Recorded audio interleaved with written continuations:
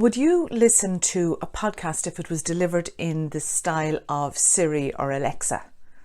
That was a question that I saw on Twitter last week, and it got me thinking because it feeds into the topic that I was going to do with you this week, which is vocal variety.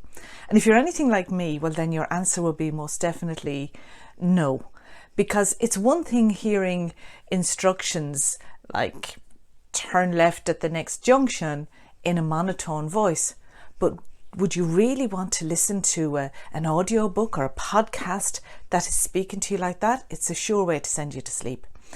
So today's episode, welcome along, episode 2 of Unlock Speaking Confidence, and I'm going to talk about vocal variety. I had touched on it briefly in episode 1 last week. And when we're looking at vocal variety, it's all of the techniques that we use our voice to keep people's attention. And of course, that's even more important now when we are delivering virtual and online presentations, because people just have the two senses, what they can see and what they can hear. So it's really important that your voice is helping to keep people engaged and listening to what it is that you're saying. So 3 tips to help you today, or 3 things to think about when we're talking about vocal variety. And the first is your pitch.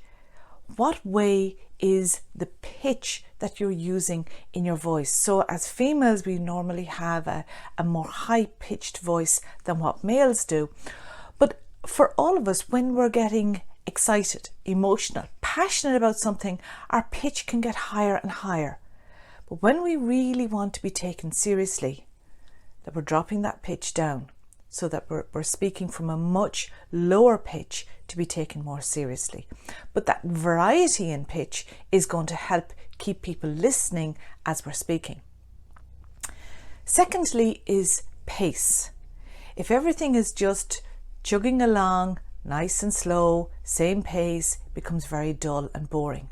When I change my pace and suddenly speak a little bit faster about something because it's exciting or interesting, or I want to add drama to it, and then slow the pace down when I want to allow a little bit more time for the audience to hear what it is that I'm saying, that variety is going to help to keep people listening.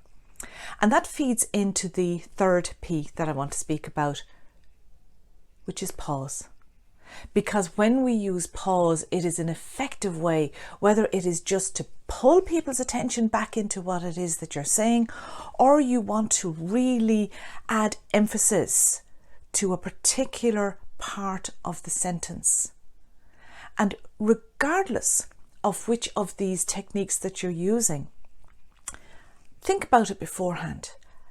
Build it in as part of your preparation and your rehearsal before you deliver that presentation, to test out, how does it sound if I put pause in here, if I speed this piece up a bit.